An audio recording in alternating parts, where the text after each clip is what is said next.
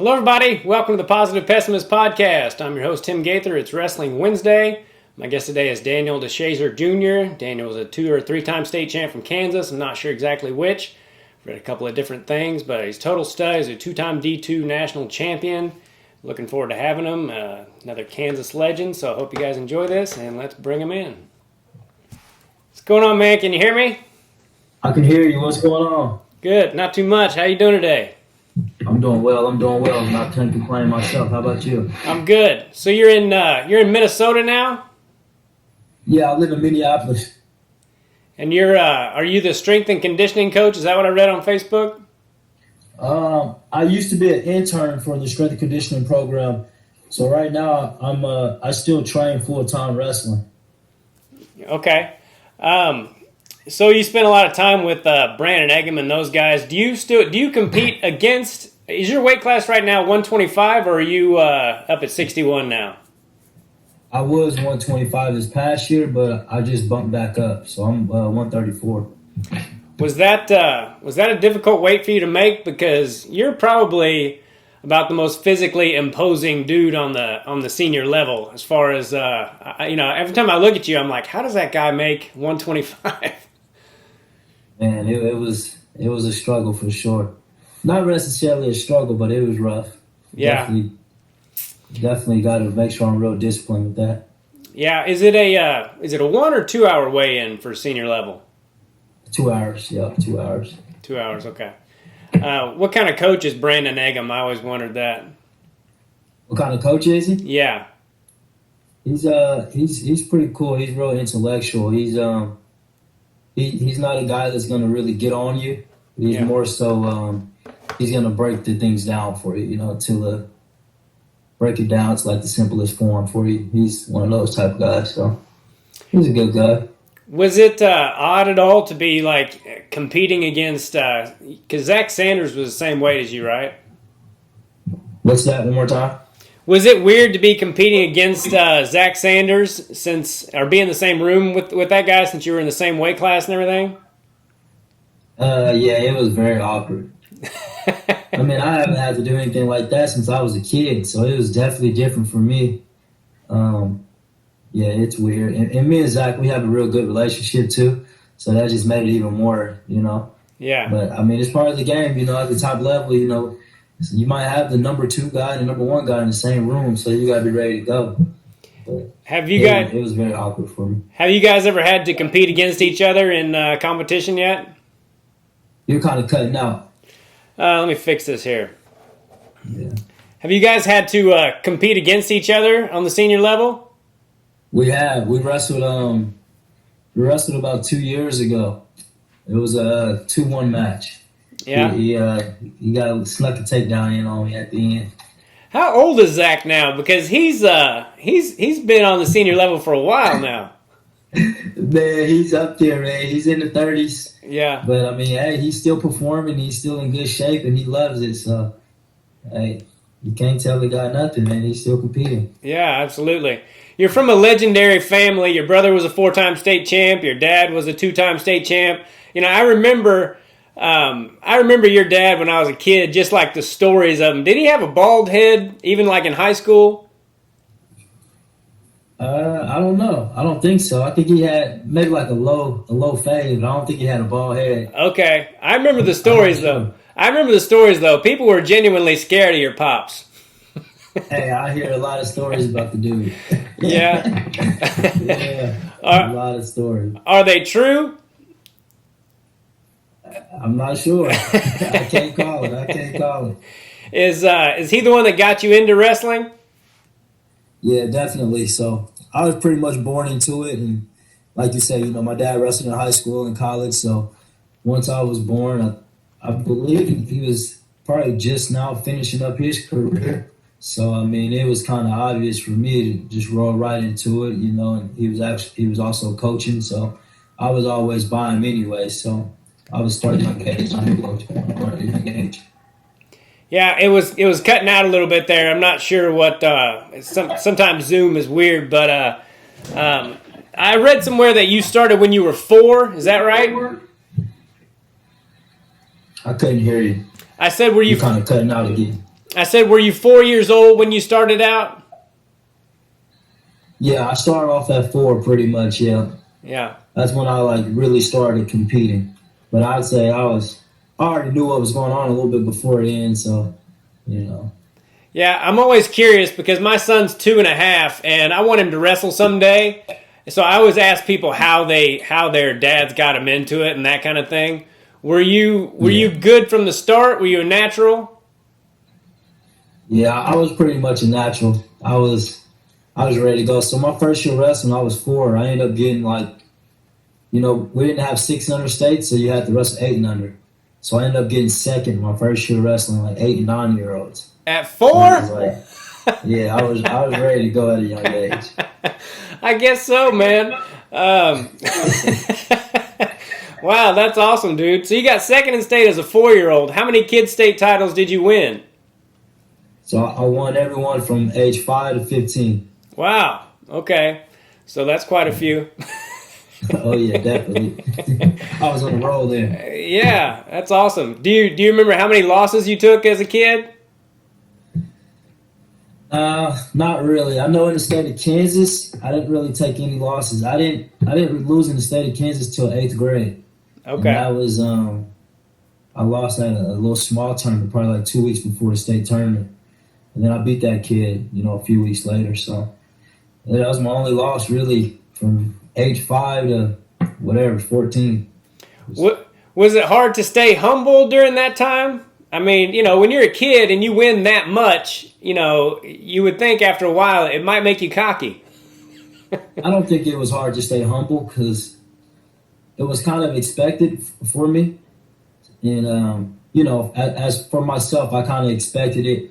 But, I was also traveling, going to big tournaments outside of the state. So Kansas was fine, but I knew where the real competition was. So whenever we go to Oklahoma, sometimes I'll take a loss, or we'll go to different national tournaments and I'll take losses there. So it was always, something to humble me and keep my mind on the right level. But Yeah.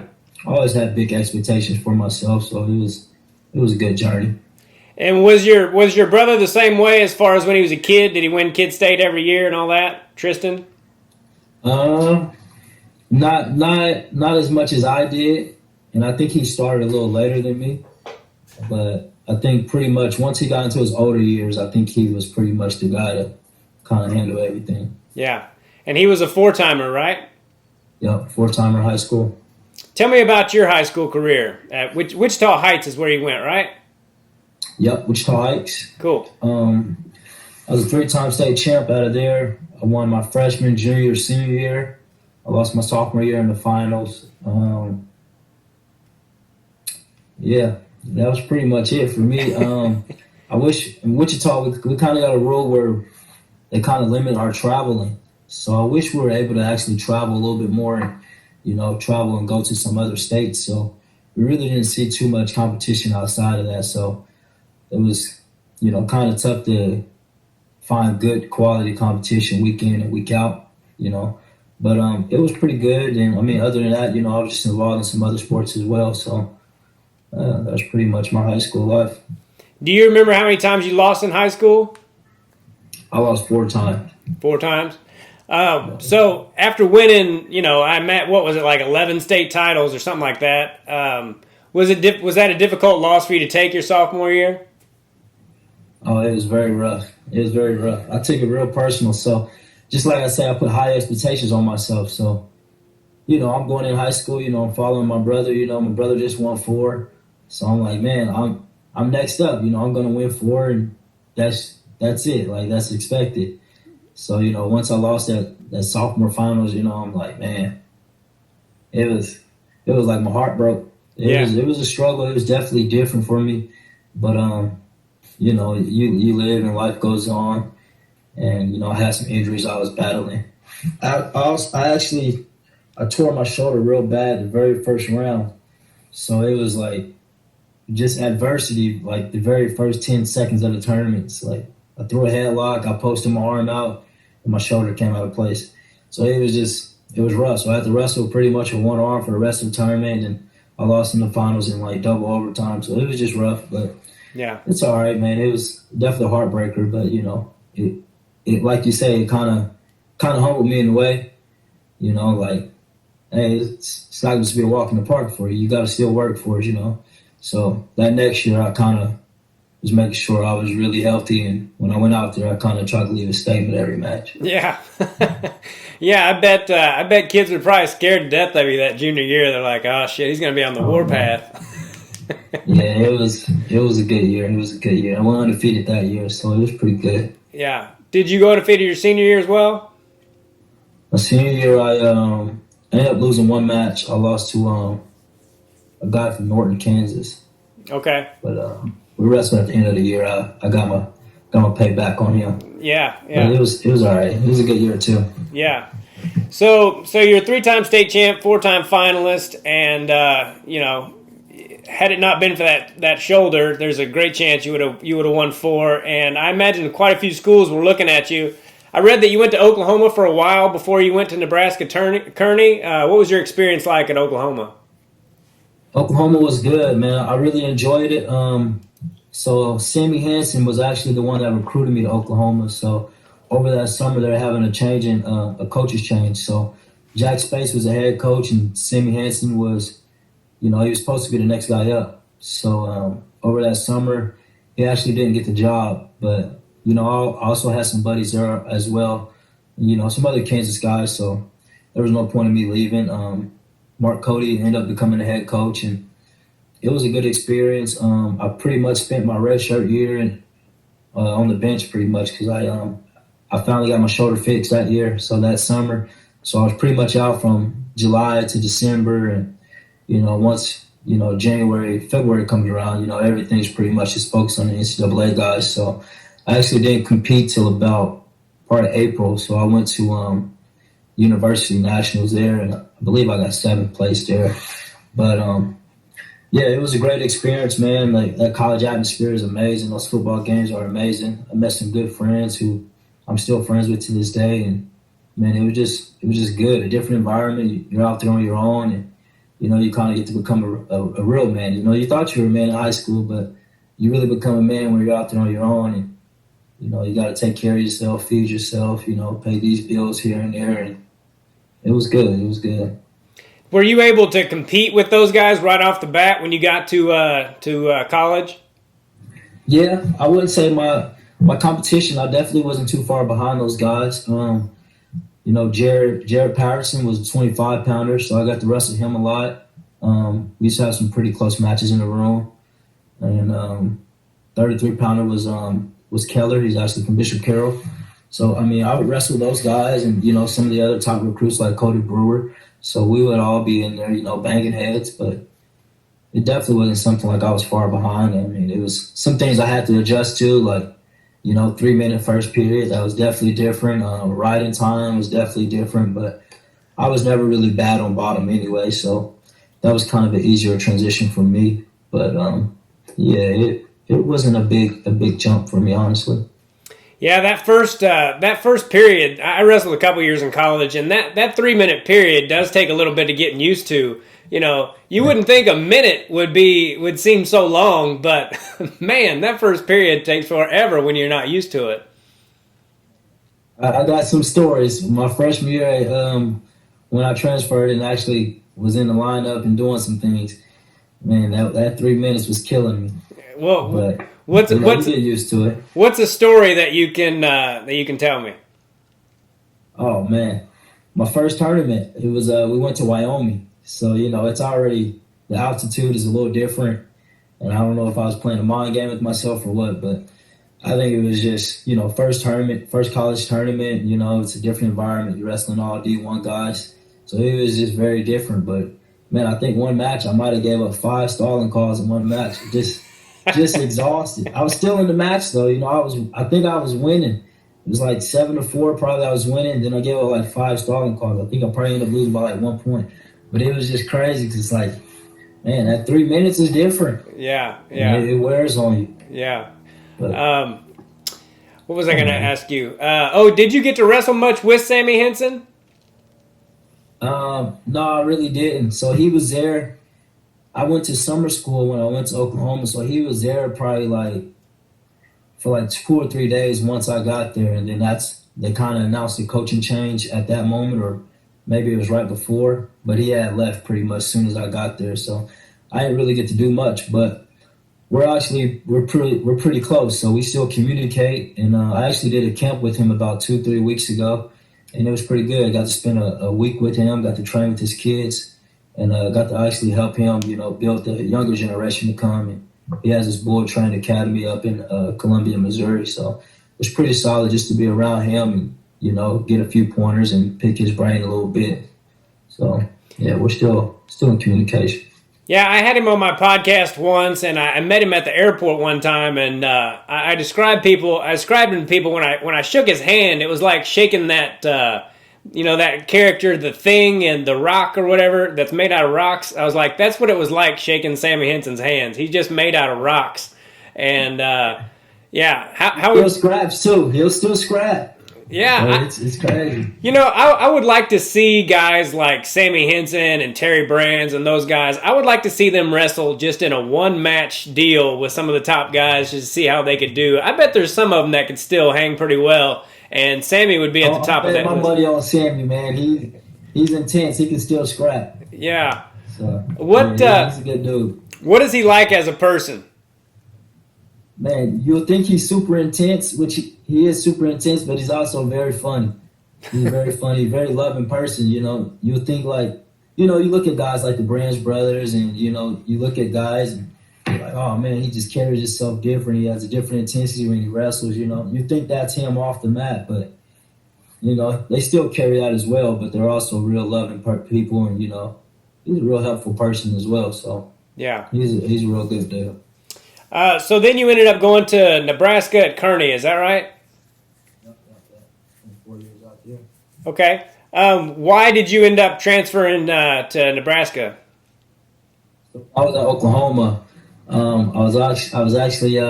was doing some gambling, so we were playing pool a lot, and moral of the story, me and the guy kind of ran up his checkbook, and he wasn't paying up, so. End of the year, we kind of got into a little tussle, and coaches kind of took a scholarship from me, so I kind of had to go find some new ways. I didn't really want to stay and pay for my own school, so hey, let me go see what else is out there for me. And then Kearney just ended up being a place that I ended up at. I had some friends there as well, so it was kind of easy transition. And they won nationals a year before, so I was like, should be a good team. There were some other things going to it as well. Like I thought about playing football and some other things like that. So it was pretty much just the best opportunity for me at the moment, I believe. Yeah. Did you ever get your money? Didn't get my money. Damn. Ended up spending a lot of money because, all the stuff that happened. So it wasn't a good deal. It wasn't a good decision. It got to that level, huh? Oh, yeah. Yeah, well, that's life, man. I did some things in college that I certainly regret. How did you do when you were at Nebraska? I know you were a 2-time national champ. Is that right? I was a 2-time national champ. So that first year I got there, that was my freshman year. So I actually won nationals that year. It's pretty good, man. That freshman year bracket. I think it's one of those brackets that people don't really understand, but man, it was loaded. So we had the defending 2-time champ, defending 2-time runner-up, myself, who ended up being a national champ. The guy I beat in the semis, he had beat me about 2 weeks before that, but I went out there, man, I pinned him in about 30 seconds, 40 seconds, and then he ended up beating me in the finals the next year. So, I mean, just off that, there's like 3 national champs right there, and multiple, finalists right there. And then, we had some other guys in there as well in the mix. So, man, that was a great year. Real great, especially as a freshman. I got to win that thing. And I actually called out that semis pin, man. I took that loss personally that he gave me. And I remember I was telling my teammates after after the first day, we're in the quarters, and, me and that guy matched up again. I'm walking through the tunnel, I'm like, man, I'm about to pin this dude. I'm going to pin him. I was like, they was like, you going to pin him? How fast? I'm like, 30 seconds. I'm just 30 seconds. So it ended up being like 40 seconds, but man, my mental and my mind was just so set on pinning this dude. I had to get him out of there. So I got him out there. That was great. And I think that kind of got the ball rolling for the team. And, you know, my boy Chase Nelson ended up getting the pin also that round. And we had some real good wins. And we also we had 4 in the finals that afternoon. So we ended up winning the national title as a team as well. So my freshman year at Kearney ended up being a great time, man. We won that national title. We got the key to the city. Man, it was great, man. Wow. Great. That's awesome, dude. How did that feel to win a national championship? Because I know that your family is legendary in Kansas. I mean, I don't even know how many state titles between you and Kenny and Tristan and your dad and probably some other people I'm forgetting. Were you the first national champion? College national champ, I might have been. Yeah. I think so, yeah. That's crazy that you're from such a good family that you're not even sure if you were the first national champ. I'm not even sure, but now that you bring it up, I think I am. Now I got something to brag about to him later on. Yeah. Well, God bless you. I can't believe you haven't been bragging about it this whole time. You're a better man than I am. I never even thought about it. You're a better man than me. That'd be the first thing I brought up at every Thanksgiving. Right. Oh, yeah, I'm about to use that now. Man, it was that year was definitely great, man. It was a real good environment. Like I said, I had some friends on the team, so I got to experience that with some friends and just, you know, your first year at a college like that, and, you know, you pretty much saw the top of the top, and you're like, man, like, what comes next? Yeah. You know, but we never got to see it again, but I'm glad I got to experience the national championship as a team, and I also won that same year as well for myself, so it was great. Yeah, and then would it be your sophomore or junior year that you were a finalist, got second? That was my sophomore year. Okay. So I ended up losing to that guy who I beat in the semis in the finals that year. He actually beat me on like 4 seconds of riding time or something in like the last overtime. But I mean, he was a great competitor. I could tell he was very strategic. I could tell he really watched film and things like that. So he had a good game plan for me. But yeah, so that was sophomore year. Then junior year I bounced back. So it's starting to kind of look like my high school year again. So your junior year, did you take any losses your junior year? I probably did, yeah, but probably only to D1 competition. Okay. I didn't really lose much when it came to D2. I think I probably only had maybe 3 losses in Division 2. 2 of them was to that same guy who beat me in the finals, and then my senior year, I lost twice to the guy who won the championship that year. So yeah, I had 4 D2 losses. That was it. Okay. So your junior year you won it, and then your senior year, what happened your senior year?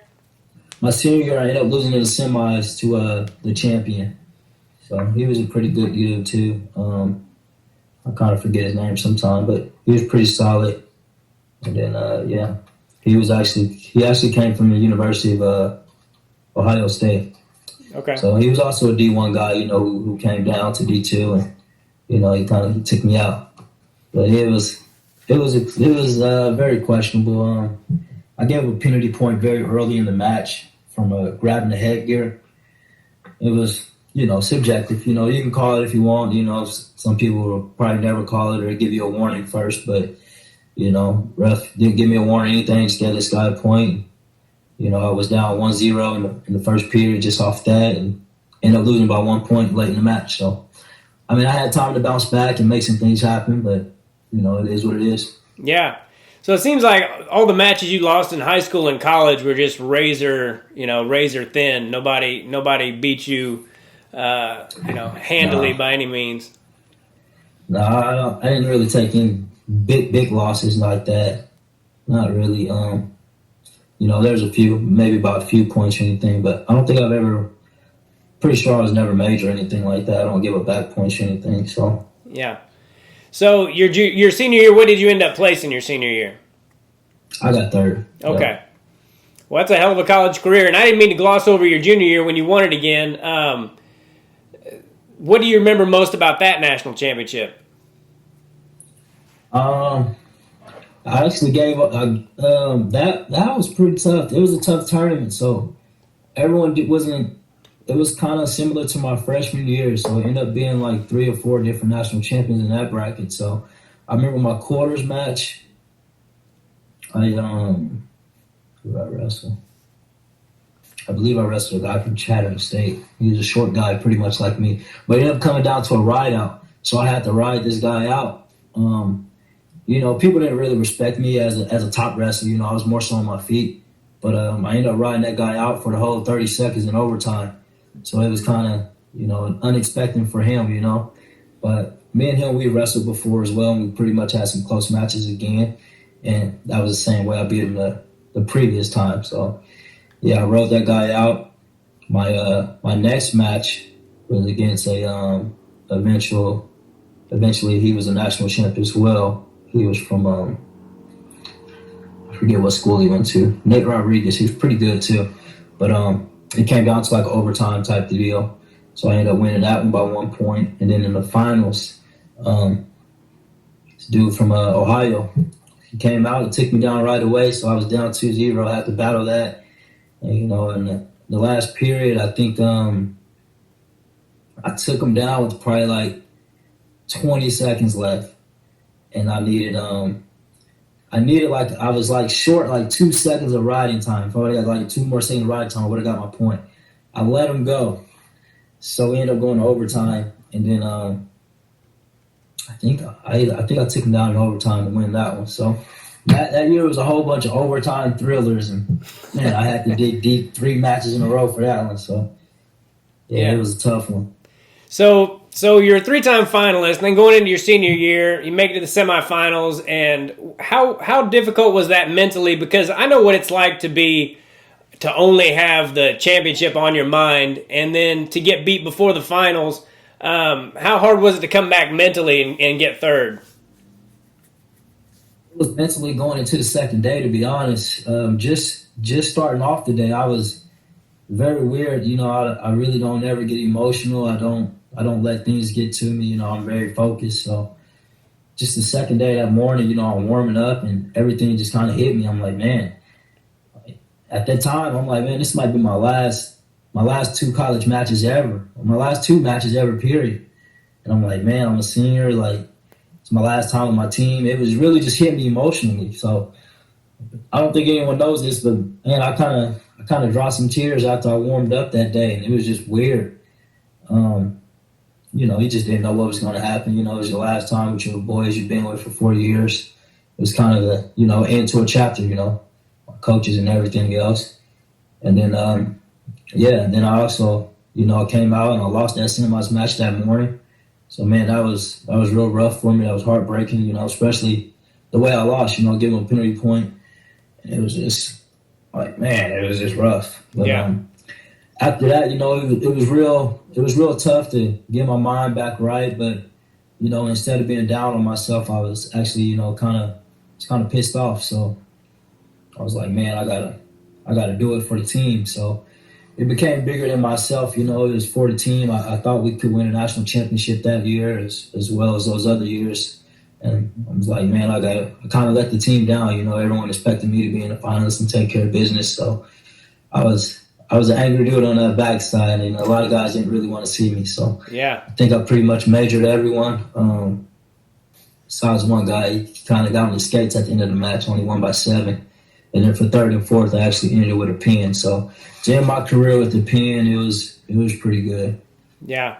Yeah, well, that says something about you mentally, man, because it's very difficult to, I never wrestled at that level and had that on the line, but I was like undefeated as a kid before and got into the, semifinals and lost. And even if you're still the best guy in the bracket, it's just difficult mentally to get up for it. So good for you for closing it out as strong as you did. How long do you hope to compete? How long would you like to compete? So I'm going to finish this next cycle for sure. So that's at least 3 more years.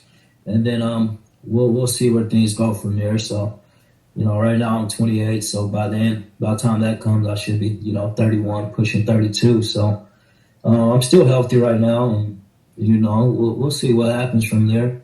I think I think in this wrestling world, it is a young man's sport, but I also at the same time, I mean, I think a lot of people they start putting that age limit on us. Yeah. So I think a lot of guys they're like, "Oh man, you're 28, you're still wrestling, man. What are you doing?" Man, LeBron and Tom Brady, these dudes are 40, man. It's like, man, they're at the top of their game still. So I think a lot of people kind of put that stigma on us and try to get us out the game. But I mean, I'm still healthy and I'm still rolling. I'm still getting better day by day. So, man, I'm gonna keep going until I can keep going as long as I'm healthy. So. Well, I've always enjoyed watching you wrestle. I think you should wrestle as long as you possibly can and keep going for it. Did Sammy Henson have any words of wisdom as far as that stuff goes? Shoot, Sammy said you got at least 1 or 2 cycles left in you. So in Sammy's eyes, he's like, you got at least 3 years, but maybe 7. So I'm like, oof, man, we'll see. But I mean, even Sammy, I mean, that's a perfect example. He took a few years off and then he came back and he actually got bronze at Worlds at the age of 34. So I mean, that right there just tells you like age doesn't really matter. If you're sharp, if you're healthy, and your mind's still in and you still love it, man, you make sure you go do what you want to do. You only get to live this life once. So yeah, I mean, even there's a world champion at my weight class about 3 years ago from Cuba. I mean, it was his first time winning the world championships. He was like the age 34, 35. So, I mean, just looking at those things, it kind of keeps your mind positive and, you can do it. You just got to keep chopping wood and keep on rolling. Yeah. But, yeah, man, Sammy just said as long as you love it, man, and you still see yourself at the top, man, let's just keep rolling, keep it going. Yeah. What would you say your best attribute is as a wrestler? I would say my mindset, to be honest. Okay. Just being mentally tough and that kind of thing?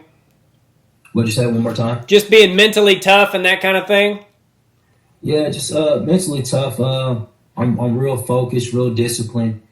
I buy into my diet. I do the right things, the weight room, all those little bitty things. I've been through a lot of battles. I've seen a lot. So, I mean, a lot of things, could be tough on a lot of people, but, I always find a way to kind of bite down and just stay focused on the task and just let the main thing be the main thing and just stay focused at the end of the day. So I say my mindset has carried me a long way and just being able to be a strong individual and push through a lot of different things. Yeah. I saw that video you had yesterday with Gable Stevenson, and I wanted to ask you a little bit about him because people either seem to love Gable or hate Gable, and I personally like him a lot, and especially like when he was in that match, I think it was the Big Ten Finals this year against Mason Paris, and he's like clapping and talking, and I'm like, man, if you can back that up, then God bless you, and he obviously can. What's your impression of Gable Stevenson?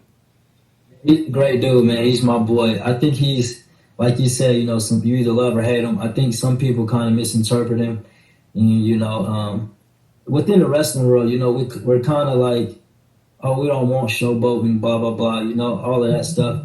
But, man, he's just having fun. That's just who he is. He's a very charismatic person. He has his own personality. And he's a person that, in a good way, he's kind of careless. Like, he don't care what you think about him. He's going to go out there. He's going to put on the line. And he really believes in himself. And his confidence is through the roof. So he's a real great guy, man. He's very, like I said, very charismatic. And, when it comes to competition, he takes that thing serious. And he takes his training serious. So, I mean, you can look at him and say you don't like some things he does on the mat, but when you actually meet him and you see him in a practice room, you start to love him because you see what really goes on behind the scenes. Yeah.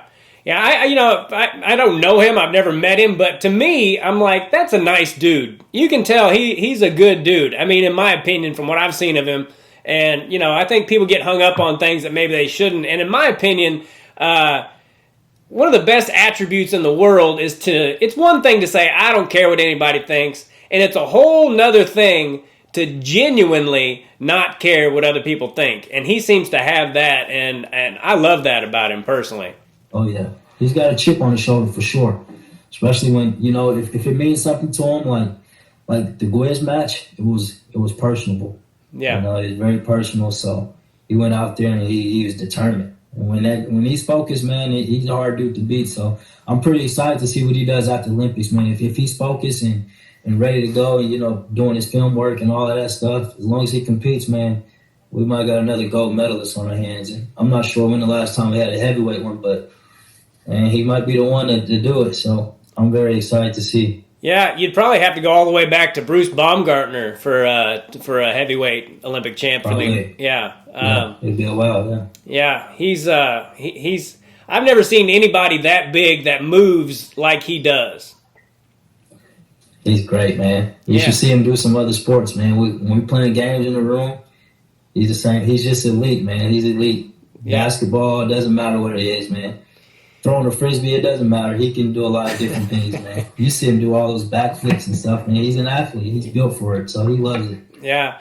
I know you probably can't answer this, but do you... Can't do it. Yeah, I know, but yeah, so you can't even say whether or not what you think he's going to do.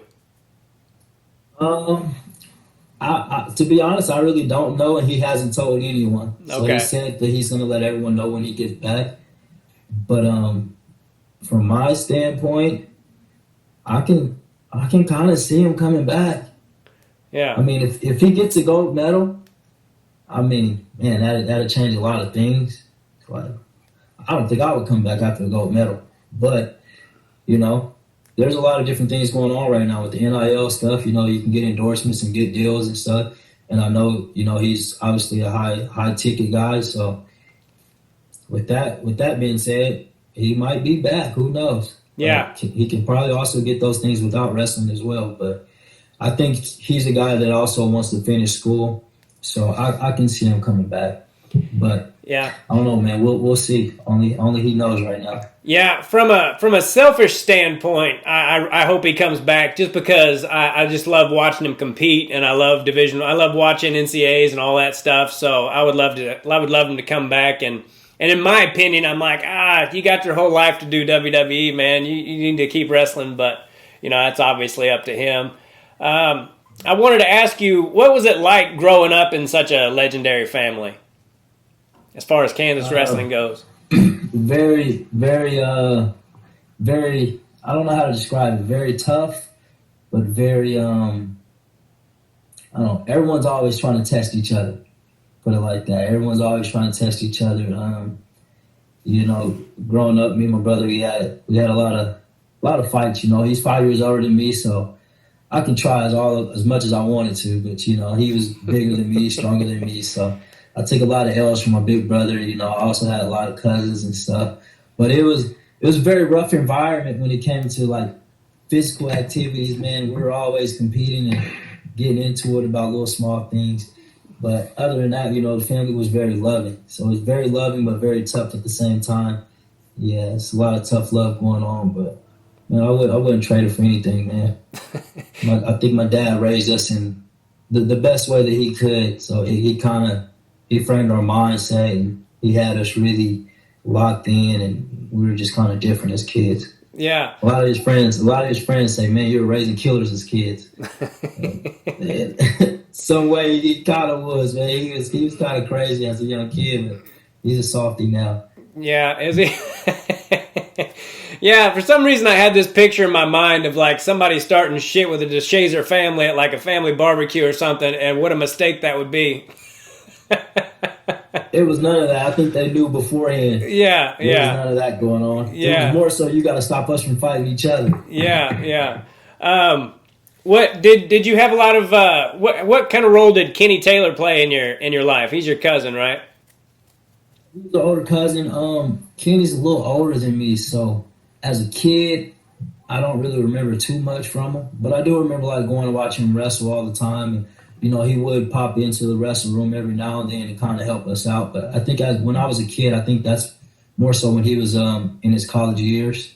College years is right after college, so he was always around. But now we get to be involved in each other's lives more often, post high school. So we actually do a few camps together, and whenever he's at West High coaching, whenever I'm in town, I pop in and help him out and stuff like that. So definitely a great cousin to have for sure. Yeah, I think a lot of your cousin. He was on the team in '94 that beat my team, my high school team by half a point, and I've always thought a lot of him. He's not only a good wrestler but a really good dude. And what was I going to say about Kenny? I had a question about him. I'll think of it in a minute. I wanted to ask you this. I've seen it. I think I saw it when it happened, and you might know what's coming. What I'm getting ready to ask. The slap heard around the world. What led up to that? I gotta ask you which one first. Oh, did you slap him more than once? Yeah, man, I was on the roll that weekend. You're probably talking about the Cody Brewer one though. Yeah. So you slapped two different dudes or Cody twice? No, it was actually two different guys. Okay. The second one really wasn't a slap. It was more so just a very angry club, but. The Cody Brewer was definitely a slap. So, like I said earlier, so me and Cody, we actually both went to Oklahoma. So growing, we gotta go way back for this one. So growing up as a kid, Cody Brewer and Mark Gray, those were probably my two biggest rivals. You know, so me and Cody would obviously wrestle a little bit more with him being from Missouri, but those two guys. Those were the two guys who I can say were probably always, you don't know if you're going to win this one, but you don't plan on losing.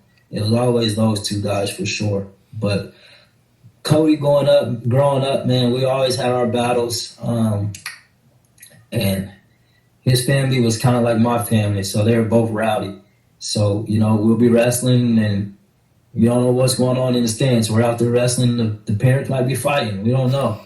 But there was definitely a lot of other things going on within our family, and I think it was more so our family kind of put hostile beef between me and him. But you know, we were competitors as well. He doesn't like to lose. I definitely don't like to lose. And then, you know, with our family having their altercations, that just made things worse. So I think that carried from being little kids till college. So even in high school, you know, we kind of dodged each. We were always like one weight apart, but you can always tell like he didn't really like me as a competitor, and I didn't really like him either. You know, it was always like I'm still ready for you. You know, so when we got to college, we went to summer school. We were actually roommates, which made things very awkward.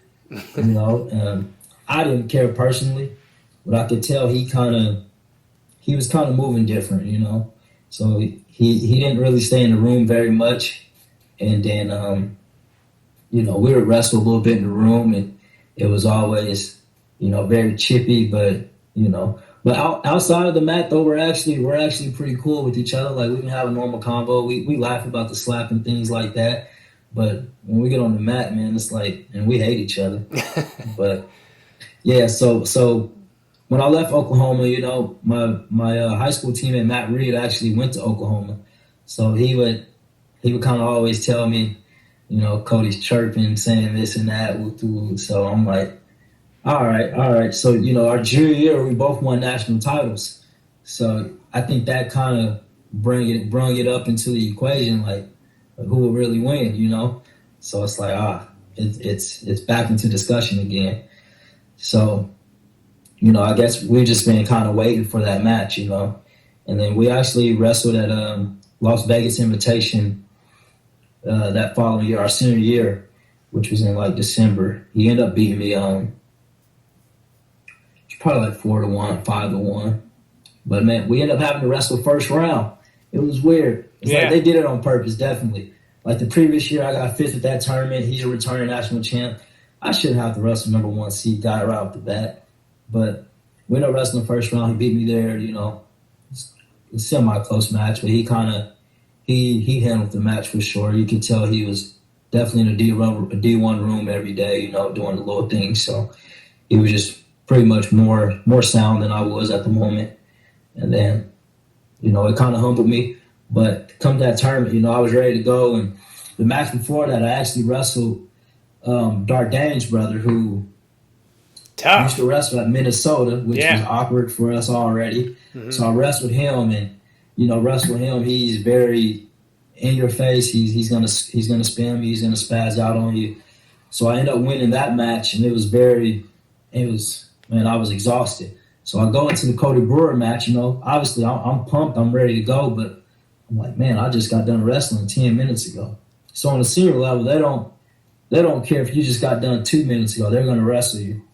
So I go in the match, I'm already a little exhausted, but he's coming off a tech fall, so he's ready to go. So the first period was actually pretty close, it was pretty good, and then second period he started separating on me, and then he kind of just did some extra things at the end of the match. In my opinion, he was, freestyle, you get a tech fall, the match is over. It is what it is. So he's like stuffing my head, trying to punk me in a way. And I don't know, my body just took over, and the slap happened, man. It just kind of happened. But looking back at it, I think it was kind of just brewing back from all those years. He was doing what he was doing because of our previous history, and then I think I reacted because of what was going on and a little bit of our previous history as well. But yeah, man, that's how the dap slap kind of came. You're actually the first guy I ever told about that. Oh, really? A lot of people don't know about our history growing up, and we're roommates in college. People don't even know about that, but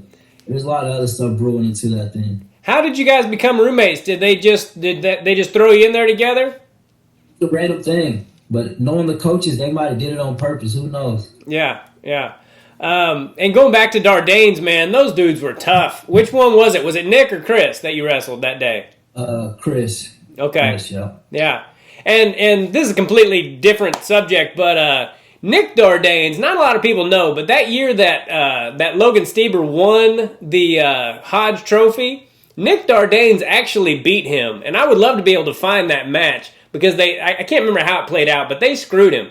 So that's a completely different side note there, but that popped into my head when you brought up the Dardanes. I can't recall that match. I have to go watch it. It was one of those things where nobody talked about it, and I'm like, man, he got screwed. I mean, it was bad. It was like gosh, I don't remember. And I was trying to find the slap today, and I couldn't find it. I kept digging on the internet, and I was like, where is that? Because I mean, our names, it'll pop up. Yeah, you got him with every piece of your hand. It was if you're gonna slap somebody. I tried to take his head off. He's cool dude though, man. We laughed about it and talked about it. Yeah, he's cool. I actually, off the mat, man, I like Cody. But man, on the mat, man, I hate the dude. Yeah, he's a good dude. I like him. Yeah, and talk about a national tournament he had. He when he won it, man, that was a beautiful thing. He had a great freaking tournament. I think he knocked off Chris Dardanes in that tournament. Yep, Dardanes was number 1 seed, I believe. Yeah, and that was when. I remember that like it was yesterday.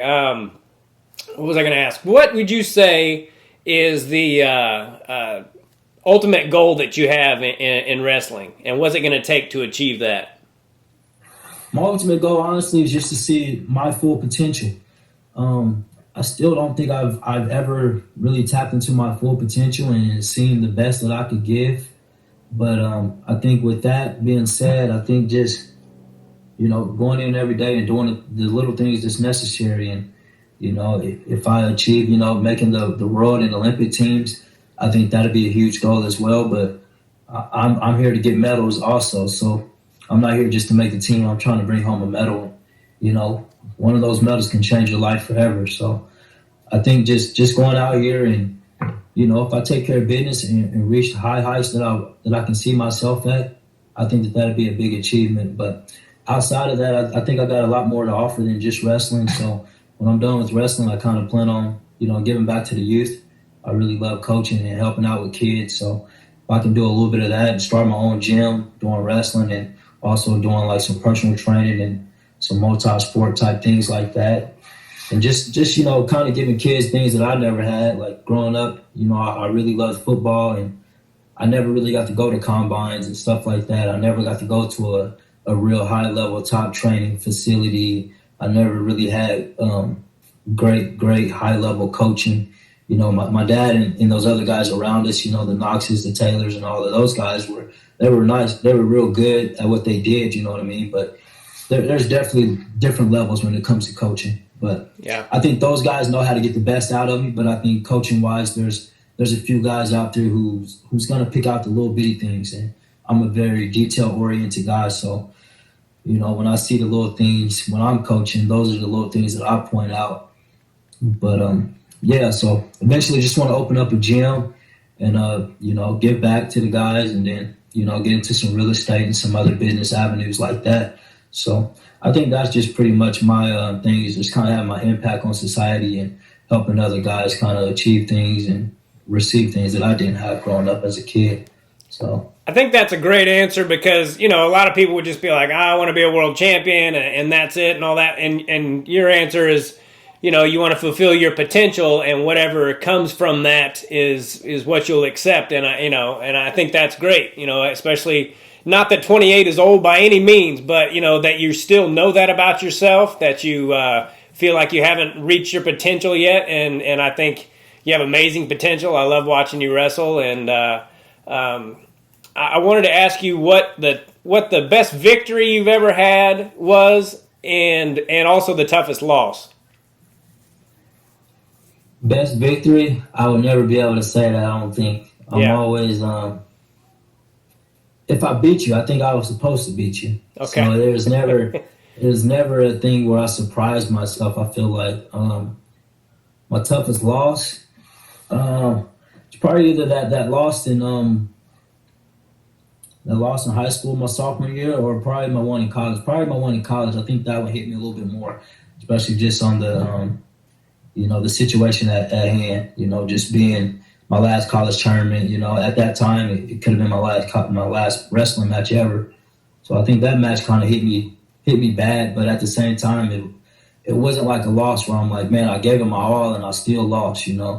So it was there's kind of an excuse still attached to it. I gave it the penalty point, and then at the same time, I still had 4 or 5 minutes to go get a takedown or make something happen, and I didn't.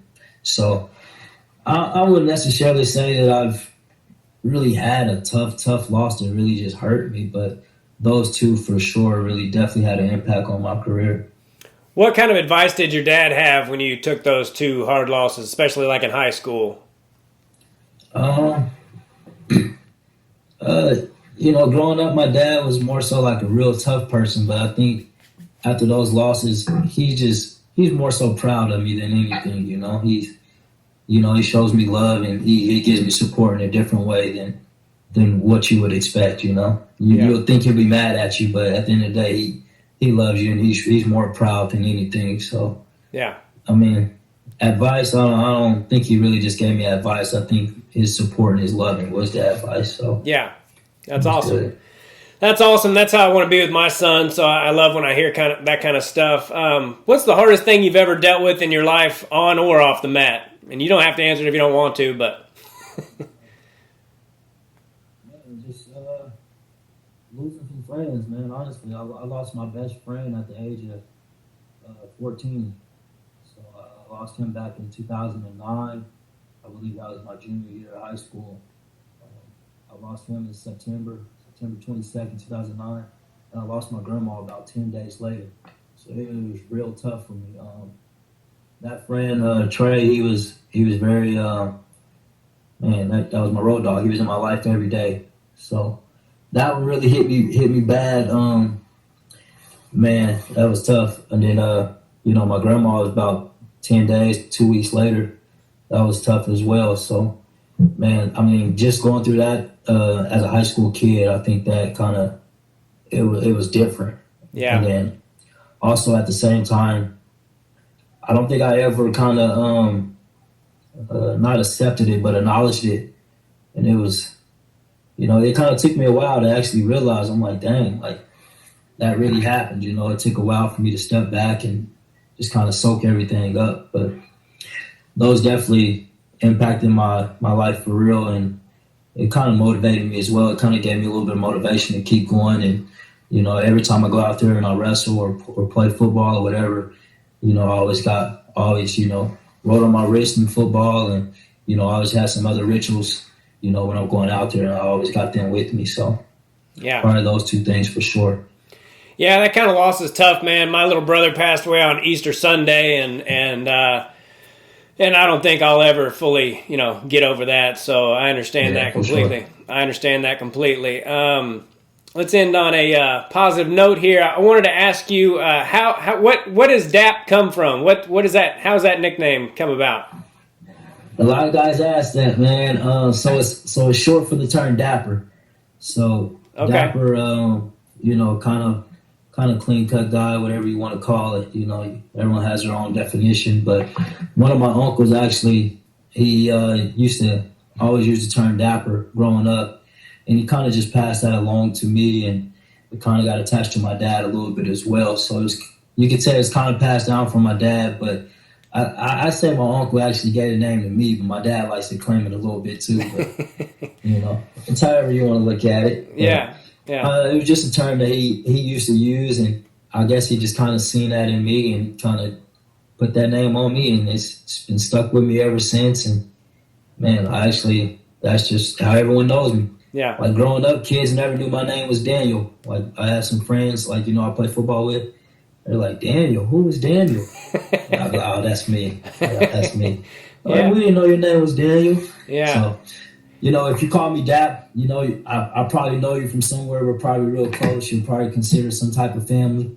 So that's just, it's been with me forever. Cool, man. Well, thank you so much for taking the time to do this. I really appreciate it. Your family's legendary. You're legendary in Kansas and nationally, and it's been really cool to talk to you and get to know you a little bit. And like I said, I respect your cousin a little bit. I wish that I wish I had I wish I could remember what the heck I was going to ask you about Kenny, but I'll think of it as soon as I get off here. Maybe I'll message it to you or something. But God bless you, buddy. Thank you so much for taking the time to do this, and I'll let you know when it's up. And if you could share it and all that, that'd be sweet. Definitely, man. I love this, man. That's my first podcast, or whatever you want to call it. But yeah, it was great, man. I appreciate everything, man. Best wishes to you and your journey as well. So thanks for supporting me and following me and actually bringing me on, man. I appreciate it. Yeah, absolutely. You don't have any kids yet, right? Nah, man, no kids, man. Okay. Well, you're going to be a great dad when you have them, dude. So I look forward to. When they come, they're coming. I'm trying to build an army. Yeah. Yeah. Well, I'm staying focused right now, though. They'll be lucky to have you, and I look forward to following their career someday, hopefully. And good luck to you, and God bless you. And I'll talk to you soon, man. All right, man. Thank you. Thank you. See you later. Bye bye. All right, everybody. Daniel Deshazer. That was awesome. Daniel Deshazer Jr. I remember his dad was a monster back in the day, and Kansas wrestling as well, and I really enjoyed that. It was a cool dude. It was nice to get some insight into the slap. I got to try to find that match. Sometimes things happen in wrestling, So anyway, make sure you go to Making It Happen, MACAN, help out Little Bow Making, and TimGaitherComedy.com for all my social media links. I really appreciate you guys supporting the channel, and God bless all of you. Take care. Bye. Do us both a favor and click on that subscribe button.